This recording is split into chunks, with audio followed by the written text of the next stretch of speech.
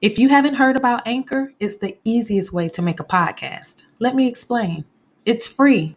You heard me, it's free. What's better than that, right? Anchor also makes it easy by giving you creation tools that allow you to record and edit your podcast right from your phone or computer.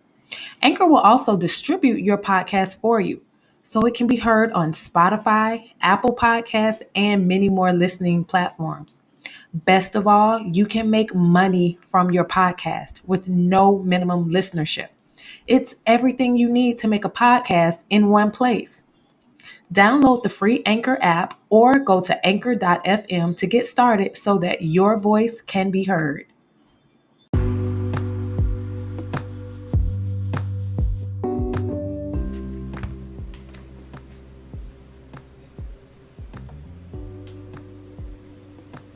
What's up, Straight Talk Society? This is your boy Trevor, and I am back with another episode of Straight Talk with Trevor.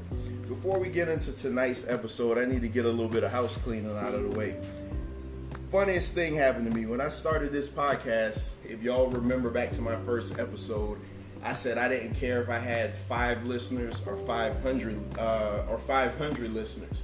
So my executive producer went ahead and submitted the podcast to iHeartRadio. And can you believe that this little podcast got approved and we are now on iHeartRadio? We are on all major podcast platforms.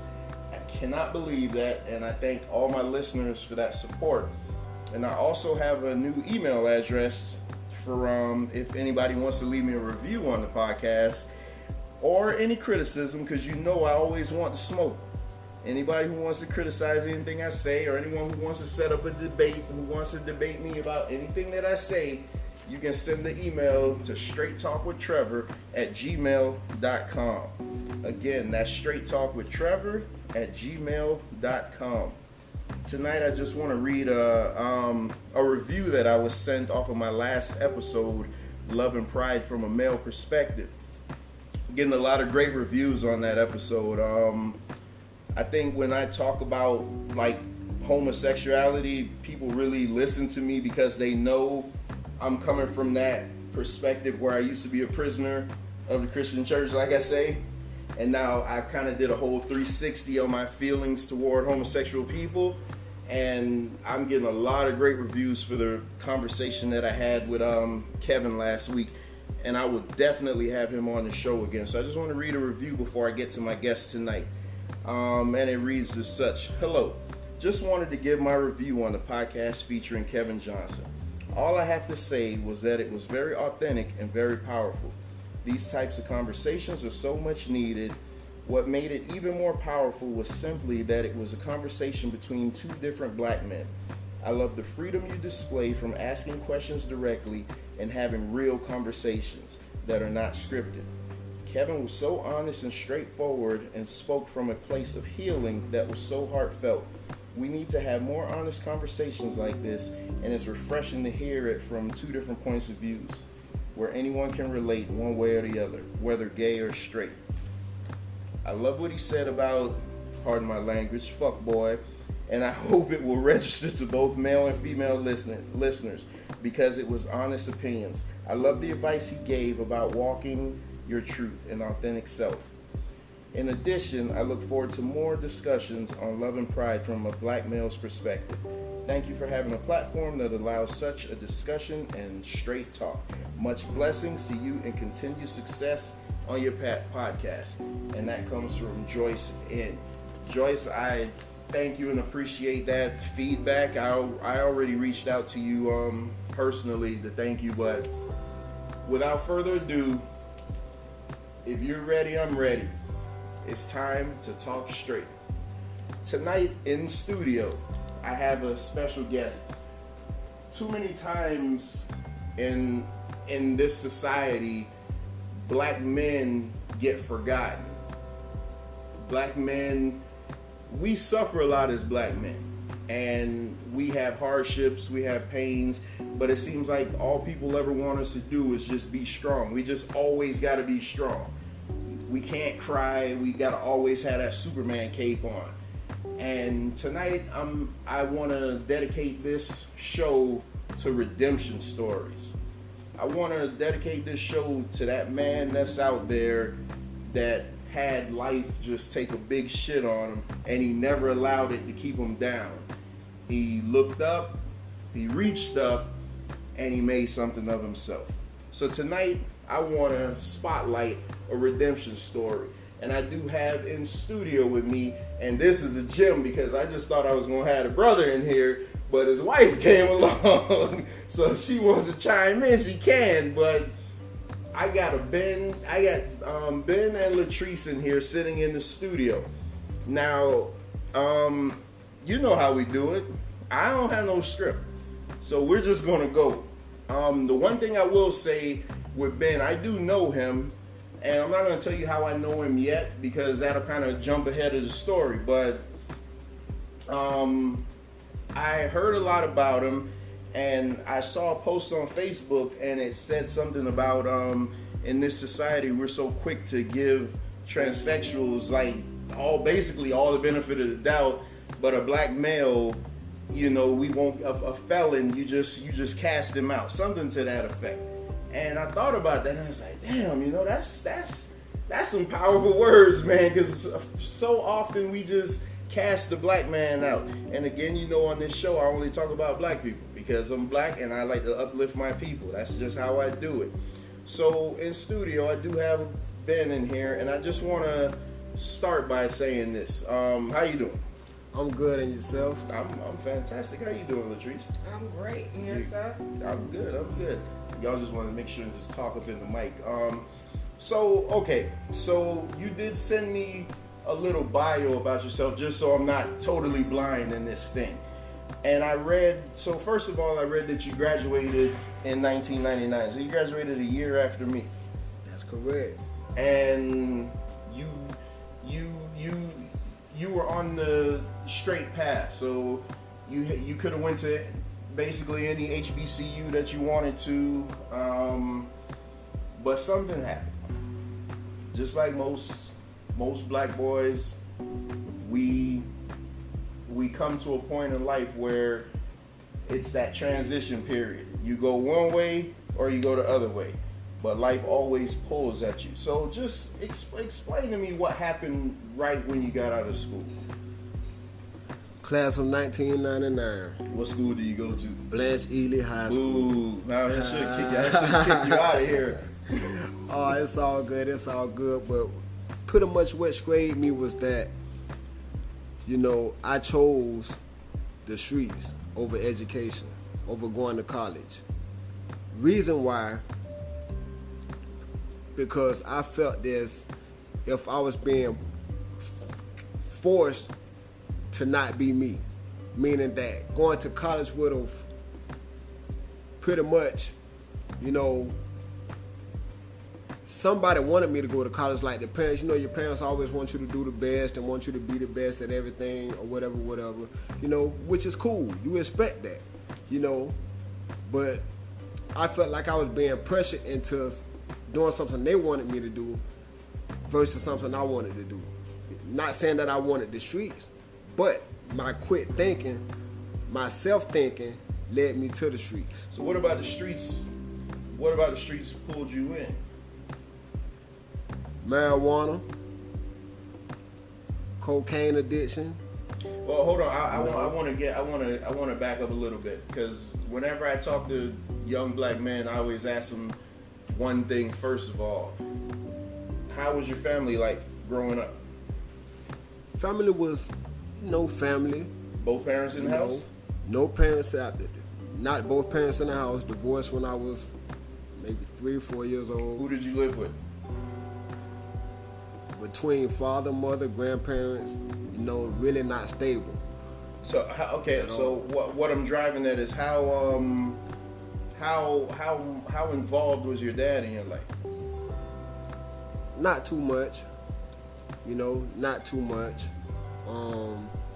There were nights that, you know, I didn't know, you know, where he was sometimes, you know, pretty much sometimes in the house, dark, you know, can't find anyone, can't see anything, Sometimes no food, nothing to eat, and I just made do. So do you think you're that attraction to the streets? Because I hear this so often. That attraction to the streets is because your so-called brothers in the streets, are more like a family to you. Like you have that longing for the dad. Definitely. Started hanging around with some guys I thought was cool, smoking weed, we drinking. I thought all that was, part of just growing up, Yet, it led me to a path that I never even dreamed or thought of, So I read in your bio, you were smoking weed, and I mean, hell, who doesn't smoke weed? That's whatever. But you essentially got a dirty joint. Got a dirty joint, smoking behind somebody else, and I was used to rolling my own, but I'm like, hey, I kind of trust them, they all right or whatever, so, and then it was just like a different feeling. But all I know is I wanted that same feeling, so once I found out what it was, that's what I attacked. What was it laced with? Cocaine. So you, on your way to college, badass in the band, you have this life mapped out in front of you, you're hanging with what now turns out to be the wrong crowd, they give you a dirty joint, and now it just sends you on a downward spiral. I got that correct? Definitely. What happened after that? What happened after that, like I said, I finished high school and everything, but what happened after that, it's like everything just started falling fast, in and out of rehab, I'm drinking, doing pills, doing cocaine, lace joints and everything, because now that's what I became accustomed to. That's what I allowed myself to become accustomed to, So 2003, I was in a rehab, I ran away, I came back, kind of high, once they give you the piss test or whatever, they kick you out or whatever. But anyway, I ran, pretty much ran with some of the same friends I knew to Miami. What made you go to rehab? Because I went to rehab because everybody else wanted me to get clean, but I didn't want to get clean. So I'm starting to notice a pattern here. And I'm not a psychiatrist. I'm just a nigga with a podcast. So, listen, you were on your way to college because that's what everybody wanted for you. Right. You wanted to be in the streets. Now you're in rehab where you're supposed to get clean because that's what people wanted for you. Right. What the hell did Ben want for himself? At that point, I was in a lost state of mind. I lost my direct focus, on a positive being of society. I lost that, Now my focus was on more getting the nets high, getting the nets fixed. That's what my focus became. So how were you financing all this? I had a job, I constantly worked, but Friday when it's time to get paid, it's already gone because you already smoked it up. It's already, so it's like my paycheck was already going to the dope man before I even got paid. It's like he got paid before I got paid, So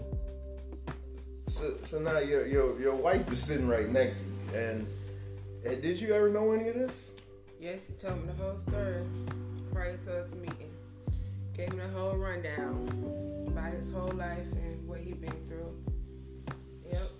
So, a lot of what I try to do in this show is, especially if you heard last week's episode, I try to help somebody. Because there's somebody that's going to hear this and they're going to be like, damn, you know what?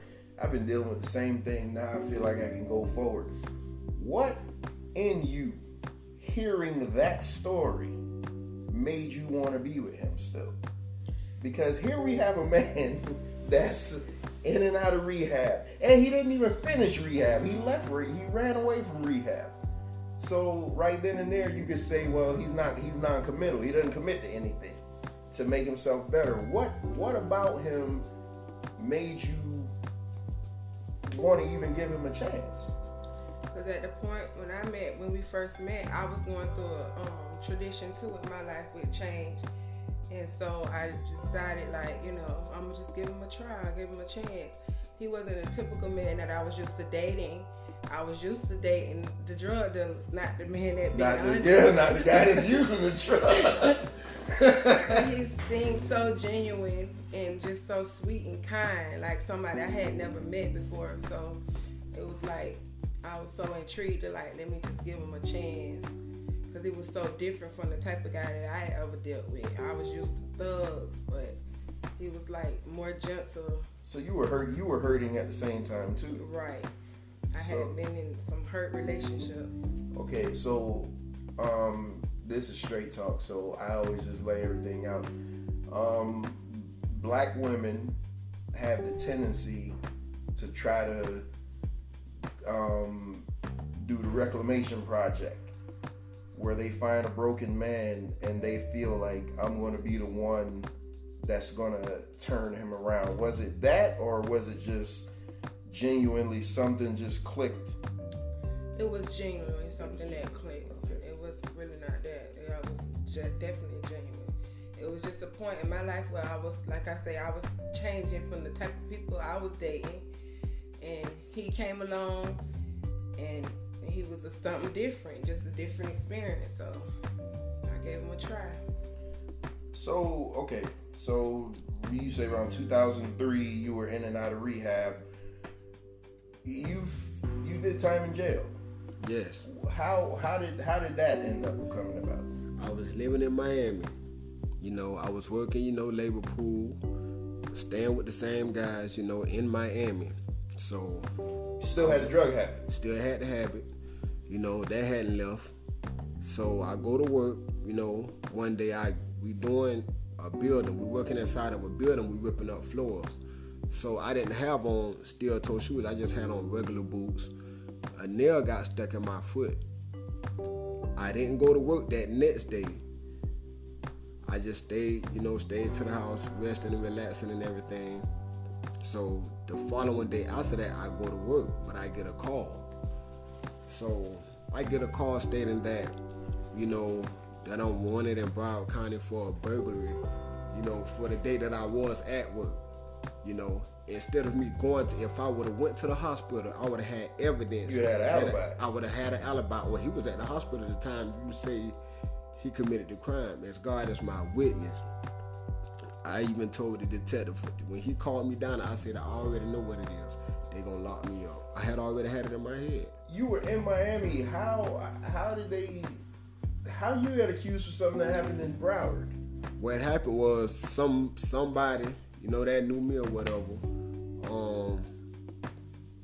Use your name, basically. You know, technically, you know, and it was another point. You know, me and, you know, my older sister, we was at a, you know, every black man that fit the description of somebody. Yeah.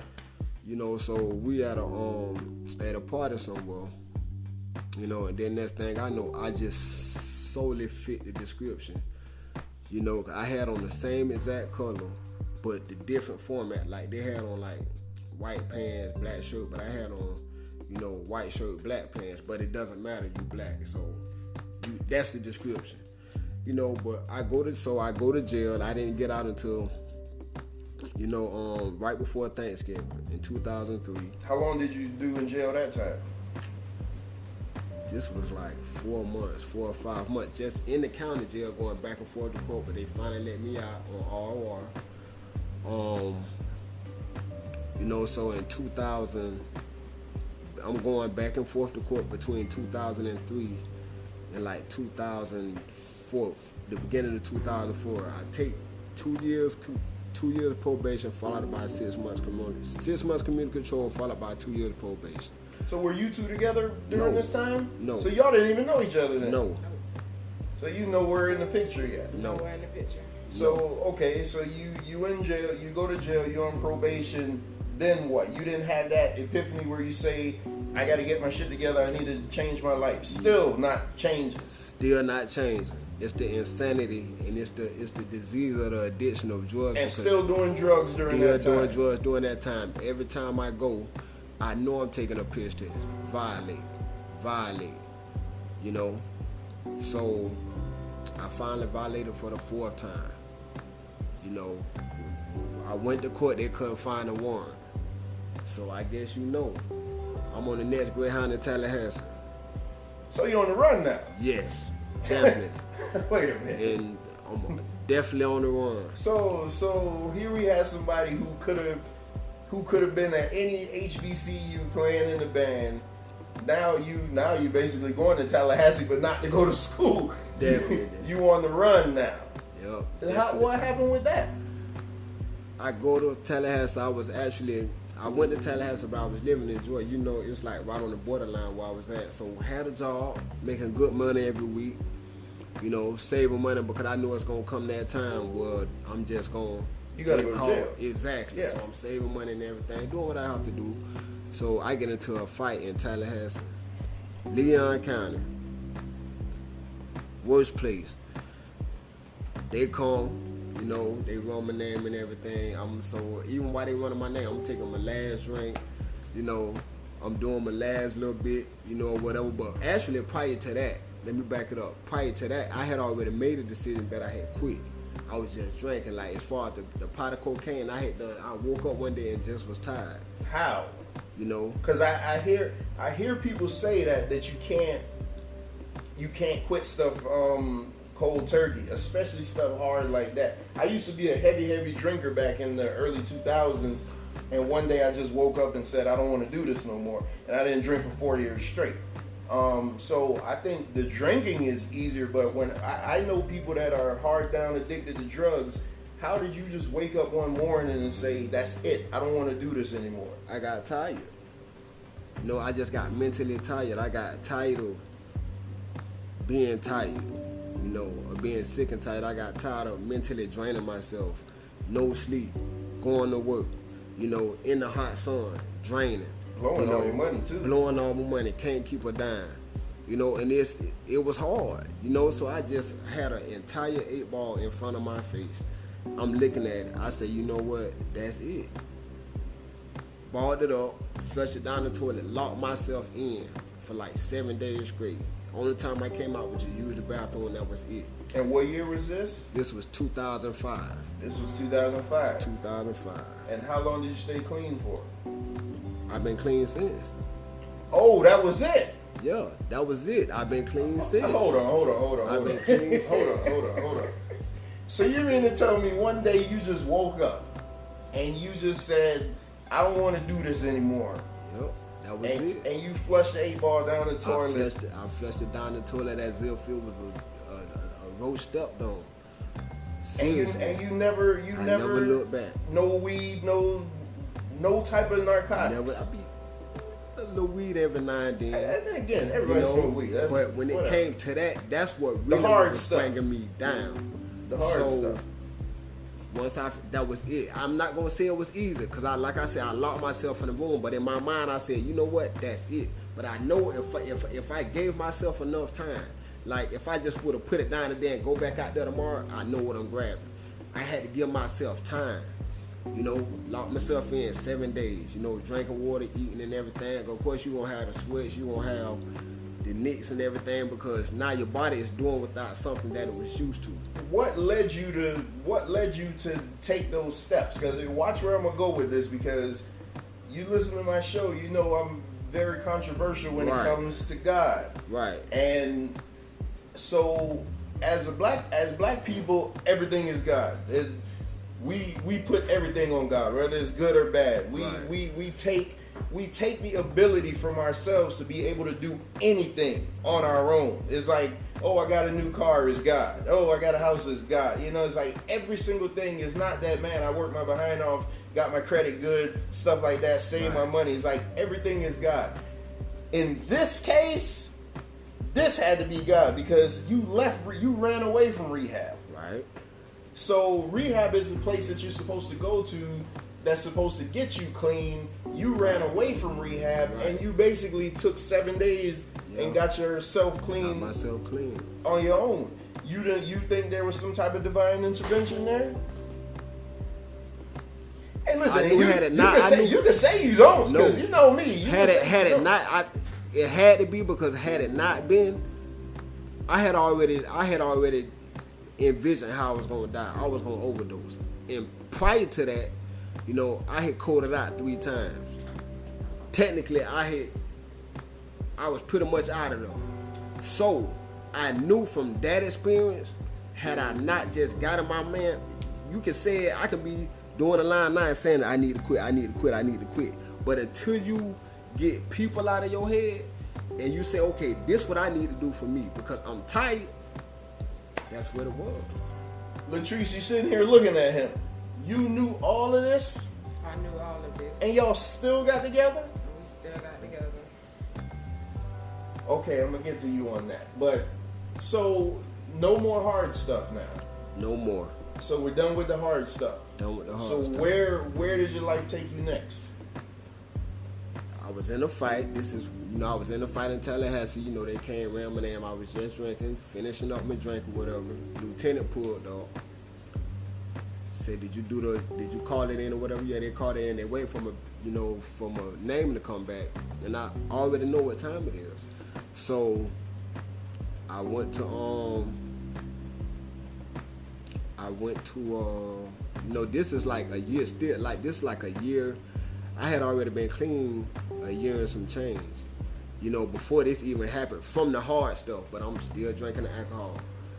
So when it came back, I have to cuff up. Okay, fine, I know I got to cuff up. I got to wait for Broward County to come get me. So once I got back in Broward County, you know, I went to court maybe 2 days later after I got back. The judge said, listen, this is your 4th violation. You was in Leon County. And I don't even want to say the judge's name, but I'm telling you, this I know was the grace of God. When you give a person an option, you can give any kind of time you want to, but when you give them the option, that's the grace of God. She okay, said, hold up before you say that, because this is what I read and this is what I wanted you to clarify. Mm-hmm. The judge literally let you pick your sentence. Yes. How in the world did that happen? The grace of God. She told me clearly as day. She said, Mr. Lockett, this your 4th violation. She said, you have an option. Today, you could take the 34 and a half months in prison, Florida State Prison. That's a little under 3 years. Yes. With 4 months time served, or you can come back in 2 weeks, I give you 15 years in prison. No brainer. Sign off to the 34 and a half months and let's go. Why would she give you, why do you think she gave you that? Black judge? White judge. A white judge? Yes. Young? Sort of. Why do you think she gave you that type of That's basically a get out of jail free card. Technically. So you're looking at 15 years and she basically reducing it down to less than 3 and giving you the option to decide if you want to do that. Right. So at that time, what are you thinking? I'm thinking like this has to be if I don't take this, something down the road is going to happen to me. I have to get myself away from everything and just pretty much take a vacation, a 30-month vacation to sort my mind out, to get myself together. This has to be the time God has actually sit me down to prepare me for something better that He has bestowed upon me that I don't see. So whatever it is, okay, listen, I'm going to sit you down. Since you haven't been listening, I'm going to sit you in a place, for a little while, and maybe I get your attention. Man, that's amazing. I mean, from 15 years to 3 years, I mean, yes. That's insane. Yep. So did you serve the full 34 months? Just 30 months, because they gave me 4 times served, so I definitely maxed out. So you did do your 30 months? To the door. Okay. Now in jail, because that's where every man finds religion, in jail. What happened while you were in jail? What happened while I was in prison, I pretty much stayed to myself a lot, but mostly around a lot of older gentlemen, because, they can pretty much, you got some of them be on the foolishness, some of them actually give you wisdom. I hung around a lot of them that pretty much gave me wisdom and everything. And they was like, man, this ain't a place for you. Like, you don't even have no business here. Whatever you did to get here, don't come back. Because how old were you then? I was 26. Yeah. I was 26, and I was like, don't come back. So I go outside the gate to work, come back, do my little dips, work out, take my shower, eat, and hey, I'm ready for the next day. So I went out the gate to work one day. They had done switched, my job assignments, and the lady was like, Mr. Locker, she said, come here. She said, I came to see what she wanted. I didn't want to disobey no verbal order. So she was like, listen. She said, I don't know what it is, but she said, this is definitely not a place. She said, I watch how you work. She said, I watch how you carry yourself. I watch how you yes, ma'am, no, ma'am, yes, sir. And you don't even have to say it, but that's just how you. So she was like, please don't come back here. And I love being on that lady crew because every day it was like, it was a respect thing, but then 6-7 months later, it switched me to a crew, oh my goodness, redneck all day. And that's when I started going to the bars. So when you were in prison, did like any Muslims try to get you in? No.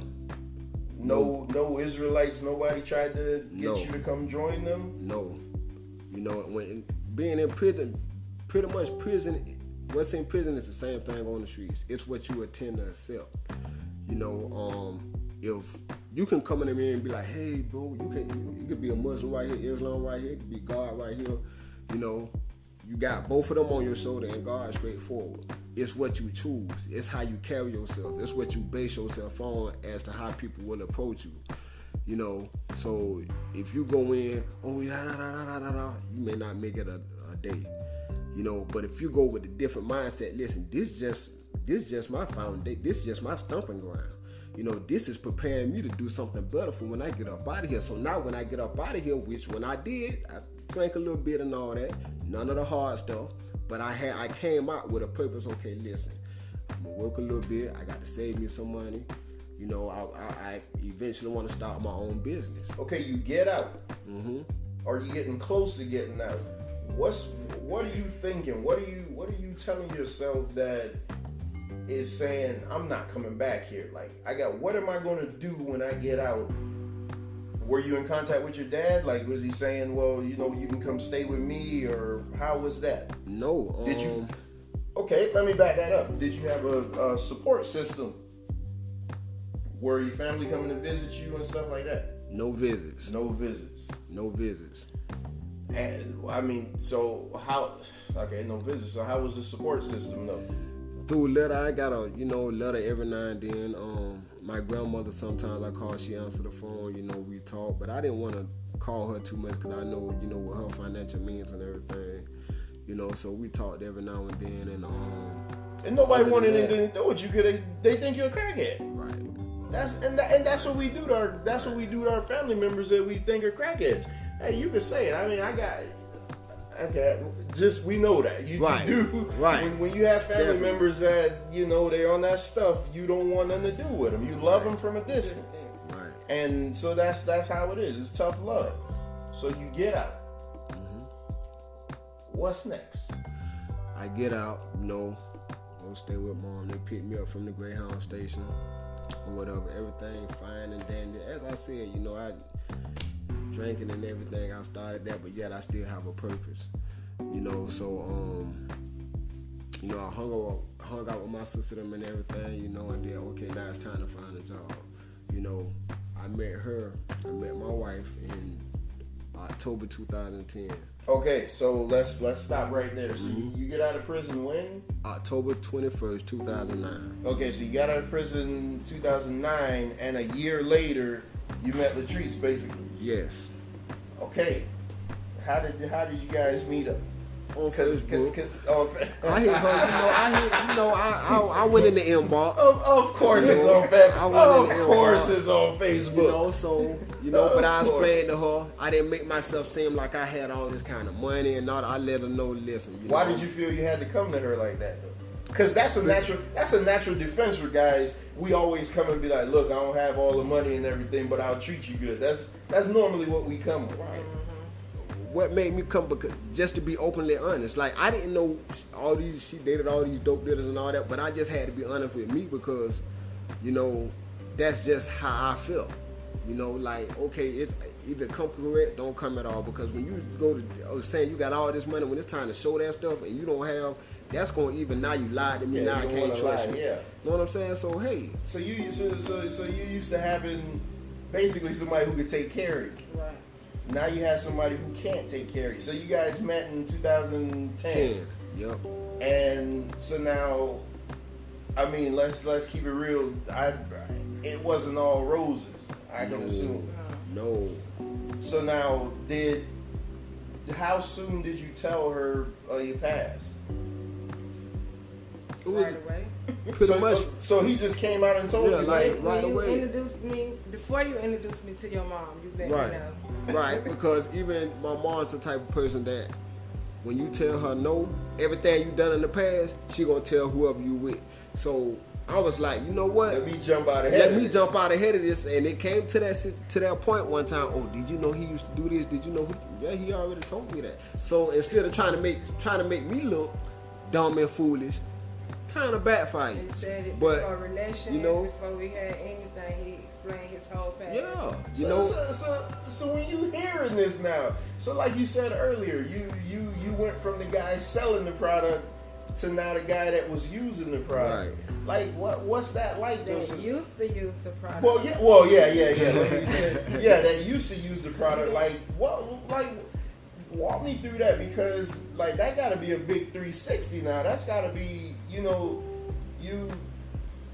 that's just got to be a big turnaround now. It was really the honesty and the conversation that he brought. So yeah, that rap, got good rap game. He there. had a great, and he was, he was into God, church, a man of faith, and he was talking all this Bible talk. It was really, So that way. Listen, women love preachers. That's why them preachers be getting all them women. So different than what I was used to. I told you I was used to like thugs, and he was so sweet. He was a gentleman, opened my door like every time, and just doing stuff out the norm, something that a woman would want and appreciate, but sometimes you just don't get that.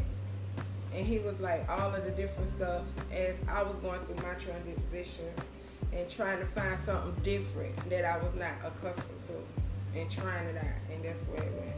Okay, so well, I mean that was 2010. Now we're in 2021, so obviously it worked out. But okay, so you just get out of prison. How was your work situation? Work situation wasn't too good. I was working odds and end jobs. So now again, he's working odd and end jobs, so he can't provide you with that lifestyle that you used to. He couldn't provide for me. He was actually walking. He didn't have a car. He was in school. I was in school. Oh, you were in school? I was in school. In school yeah. and working. What were you in school for? I went to, I didn't say, I went to ATI. I graduated for electronic systems tech, like burglar alarms and all that stuff. But then I went to, Florida Barber Academy. But the reason I really went, because, they was paying you to go. So, but when I met her, I let her know. I say, listen, like once I got paid or whatever, I said it's time for me to find a job because me taking on a family, that's I got to set my responsibility. As a man. Okay. So you taking on a family. Okay. Right. I'm glad you leading me here. You already have kids, right? I already had kids. Previous. Okay. So how many kids did you have when you guys met? I had 5, all my kids. So you have 5 kids now. Okay, straight talk. You got 5 kids. Straight out, almost out of just getting out of divorce. You just got divorced. Mm-hmm. And now this dude who just got out of prison jumps in your inbox, and you're gonna give him a chance. What did you think he could do for you at that moment? Nothing. But I spoke with my mom. I like that. I spoke with my mom. I like that. You didn't lie. I love that. I love that. You just, because most women would have been like, oh, I saw his potential and all that. They would have just been lying. I love that. Wow. I wasn't expecting that one. You got me. So you say you spoke to your mom. I introduced him to my mama.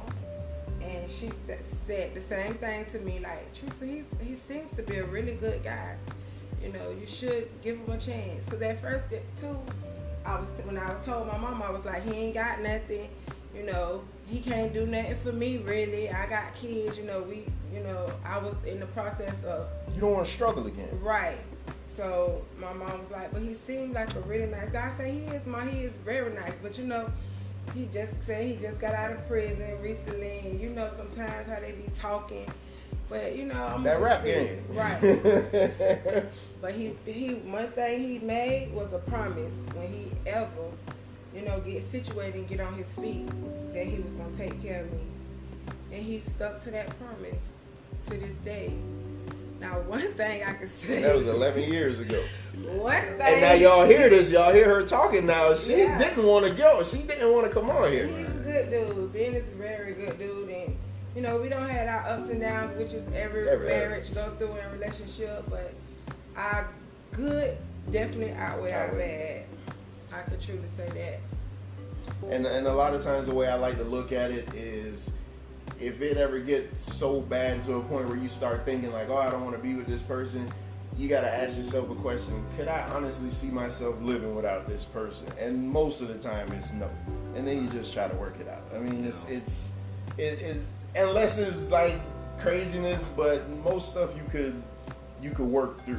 And another thing I can honestly say that happened too, it was like something when I was going through in my life that I really truly think he was my soulmate, that we really fell in love, because not only that I wasn't used to this type of guy that he was, but also the other people, it was just all about material stuff. That's not true love. It's just all about what somebody can do for you. When you find somebody who you can just be with and not even worry about what they have, and just, just going with the flow, and what we got, we're going to make do, and what we made, we're going to make together. That's pretty much what we did. So you think, so back to what I asked earlier, so you think, so I can tell you I love each other. Did you think that you were going to be the one that was going to be able to change his life? Like, push him towards his destiny? No, but I definitely pushed him towards being better and to better himself. But at the time you didn't. At the time I didn't. You didn't think so. No. I love that honesty, man, because I'm telling you, most of them. Oh yeah, I knew all the time. I was going to make him better, and I was going to upgrade him, and blah blah blah. It's just I love the honesty. So, all right. So 2010, you guys, because I could still literally have this conversation forever, but I'm looking at my time. So you guys got married in 2013. Okay, so you were doing odd and end jobs. You were at Barber College. You were at ATI. What happened after that? What? Like, before we say what you actually do now, what was that turning point? The turning point was, how it is when you're a man, you taking on a family. And sometimes you even got family telling you, oh, you ain't gonna be able to do this. You convicted family, you ain't gonna be nothing and all that. But I said, I know where I'm not going back to. You're not going back to prison. So exactly, and I'm not going back to that hard stuff. So I have no choice but to push. So I kept complaining to her, man, I can't get no job. I'm tired of working these odds and end jobs. So she was like, you got a good driver's license. Why don't you use that? Use your driver's license. So not too long after she told me that, it was a place. I was sitting there at Workforce One, and a guy came, and he was like, man, it's a job on 19th Street. A lot of here hiring, like, right on the spot. So I said, yeah. I said, all right. I left then. I was catching the bus, caught the bus there. I went and filled out the application, passed the math test and the address test, direction test with flying colors. They called me that next day to come in, fill out the paperwork to start the job. And I had told her, and that's what really made me feel like, this is my first step into, you know what I'm saying? Like, actually feeling like a man. Like, you can do so much. Oh yeah, I'm a man with your chest. Just because your chest out and your arm, that don't make you, like, because it's not about materialism, it's about growing. Pause right there. I want you guys to listen to what he's saying here. This guy just got out of prison. You don't have any kids of your own. No. This guy gets with a woman that has 5 kids, and he wants to step up and do the manly thing and take care of a family that's not really his. And he wants to do whatever he can to bust his ass. And then you have some of you niggas out there that all you want to do is sit down and have the woman go to work. I want you guys to hear what's going on here, because this is a redemption story. I really want you guys to listen to what he's saying here. So now continue. So, and that made me feel good. I'm bringing home every Friday. I'm giving her the car. I'm getting my little bus pass, my haircut, everything else. Because, hey, that's what it is. And so and I want people to understand this. Right. For real men, it's never about the money you have. We like to just make the money and be able to say, here you go. Like, I like to make the money and say, here, make this my home now. That's not, I'll do whatever. Here, make this my home. It's for real men, it's never really, we like to make the money, but it's never just to brag about it. It's to be able to provide for our families, give our kids the best things in life, and take care of that queen, Right. So, and I was loving that. We got married September 22nd, 2013. And I lost that first job, that I had that I was just talking about, because a lot of stuff went on. And I said, you know what? Didn't have much money still, because I say I'm just starting my own business. Before we get to the business part. All right, you guys got married in 2013. I was at the wedding. In your bio, because you always made it a point to say that when you got out, you were still drinking. Right. And I gotta go there just because it wouldn't be straight talk if it wasn't. Right, definitely. When did the drinking become a problem? The drinking it was pretty much always an issue, because when I drank. Like, it's not like, I'm gonna take a sip, I'm gonna have one cup. No. When I drank, it was 12 pack, bottle. Like a binge drink. Bills getting behind. I had to, go back to work. I had to start my business to catch up. But hey. So you found a new vice then. So you're not on the hard stuff anymore. Now you're on the liquid libations now. Right. Okay. And I'm assuming that caused a problem for you, because now the money running short, because he basically have another woman, and the other woman is his alcohol problem. And you know how women are. You don't like another woman invading your space. So what ended up, when did it get to the lowest where you're like, you know what, because full disclosure, he does not drink anymore, which is why at the start of the show, you guys know how I normally start the show, I'm always drinking, but just out of respect to him, I don't have my customary drink with me tonight. What was that turning point? When did rock bottom come to make you say, like, you know what, I can't do this no more? I'll never forget Christmas Day 2018. I was with, some friends of hers, but prior to that, I was dead drunk, out all night. She up, come home, she upset and all that. So I'm steady trying to find another drink. End up getting another drink, still and all that stuff there. And something happened that night, with my pretty much like with my ex-brother-in-law and some other family member, whatever. And I'm just walking home. And I still stopped, to the liquor store and, all that stuff. But that next, I couldn't get up to go to work. Knowing that, I'm trying to get us out, I could not get up to go to work. I found myself, she gave me the option. She say, listen, either alcohol or your family. In my back of my mind, I'm listening to what she's saying, but I'm not going, if I'm going to get clean, I'm not going to do it because you're going to be an option. Because again, here we are. Right. Here's that pattern again. Yeah. Somebody told you should go to college, so you decide to go to the streets. Somebody tell you should go to rehab, so you decide to run away. Now here you have your wife telling you, I'm giving you a choice, your family or the liquor, and you're like, listen, I'm not going to get clean because you telling me to. Right. So what was the breaking point? I went, I just got tired of, once again, put myself in a suffering situation. I got up that next morning. I was supposed to drive all the way from Margate to PJ Boulevard in West Palm Beach and beat up by 5 o'clock that morning. I said, you know what? Nah. I went to the first AA meeting that I found on 441. And I surrendered. Since December 26, 2018 up until today, I have not had a drink. This December 26 will be 3 years to the day. 3 years clean. 3 years clean from the alcohol. No drinks, nothing hard. Drink, nothing hard, no nothing. And you obviously still got your family, so everything worked out. Everything worked out. We still had our bits and pieces between them. But yet, when I had to look at myself and say, I'm bringing my family down because I'm not just hurting me, I'm hurting my family.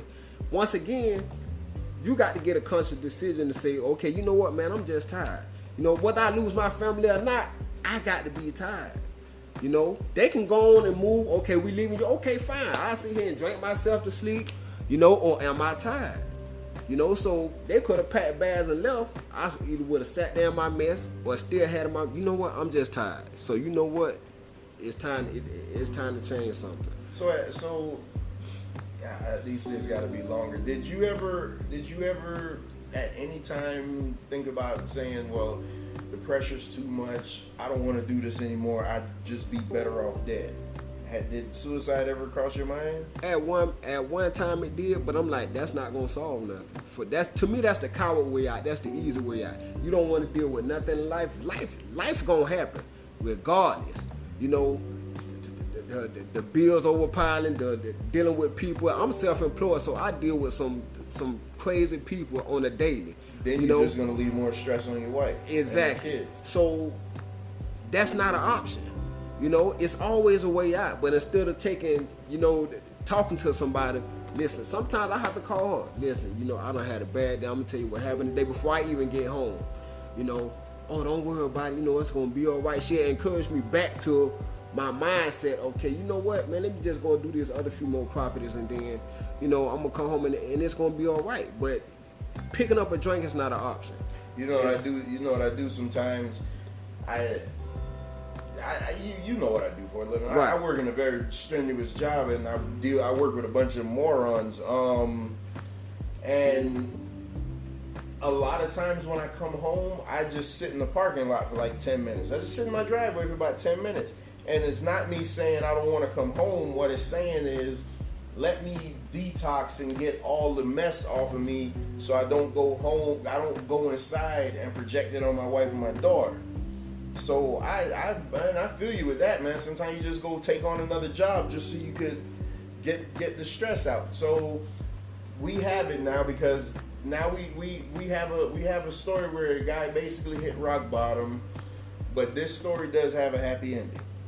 He's still married today, and now you are self-employed, and I know because I pay you every other week. Tell me how that happened. Because I thank God for my granddaddy teaching me at a younger age. This how you do this. Come to work with me sometime or whatever. So when it's like that's my passion. It's evident that I can't work for nobody but myself. And when I first told my wife, she said, babe, you only got 3 properties. We can't. I say, listen, I just spent my last on my business license. I'm going to get these 3 properties. I'm going to make them look like 30 or 40 or 60 or 300 until we can do better. I got 3. Now I got 10. I got 20. I got 40. I got 50. Now I'm dealing with 90 to the day. I'm dealing with 92 properties. By myself, working by myself. Sometimes it goes 6-7 days a week depending on the weather. But I got to the point I was working so much, my wife was like, you know what, we need some time. I said, you know what, I'm always complaining about a bill. I said, but you know what, I'm going to die on somebody. Yeah. FPNL, FPNL going to get theirs. Everybody going to get theirs. I got to enjoy my family time. So when I started doing that, even now she understand, okay, I understand you got to go to work these days. But when she say she want that time, well, something got to give. Me and I'm going to have to cut a day short or work an extra day this week because next week she want to, and I love doing it. And I think that comes from my granddaddy teaching me, what I know now as far as the lawn business and everything. Because literally, he taught me literally everything that I know. Most things I enhanced as far as how I operate and how I work, Yeah, whatever, overtime you greater get- overtime. yeah, overtime you get But as better. far as having the knowledge of how to deal with people, how to invoice, how to, bid your jobs out and everything, that pretty much come from, everything he taught me. Sprinkler work and everything. So now, so now, Latrice, you've been with this man when he didn't have a damn thing. When he was down and out, you stuck by him, even when he gave you every reason to leave him. Just in a couple of seconds, you let these people know how proud you are of him as a black woman who stuck by your black man. You didn't kick him out the house. You didn't talk bad about him and talk about his mama and everything. You stood by him and you helped him get better. We need more of that in this society, because I preach very hard on the importance of the black man being in the home. And for you to have 5 kids, I'm pretty sure he's a good example to them. So you just let my audience know just how proud of this guy you are, because I'm proud of him. From what I've heard of him growing up and everything to what I see now. Like I say, I pay him every other week. He takes care of my massive lawn. So it's like, how does it make you feel now hearing this story again? You already know it. You lived it. Right. But to hear him say this now in front of people, like, how proud does that make you feel? I'm extremely proud of my husband. He's such a hard-working man. He's such a good, example for my kids. And, he turned his life around. And this is something, I tell him all the time how proud I am of him. He's just a good person overall. And, he works so hard. And sometimes I know we don't tell him enough and give him that much encouragement, but we prayed it through. We stuck it out, and we got through all the ups and downs, most of it, and he overcame a lot of stuff. He overcame, his childhood of being, abandoned and abused.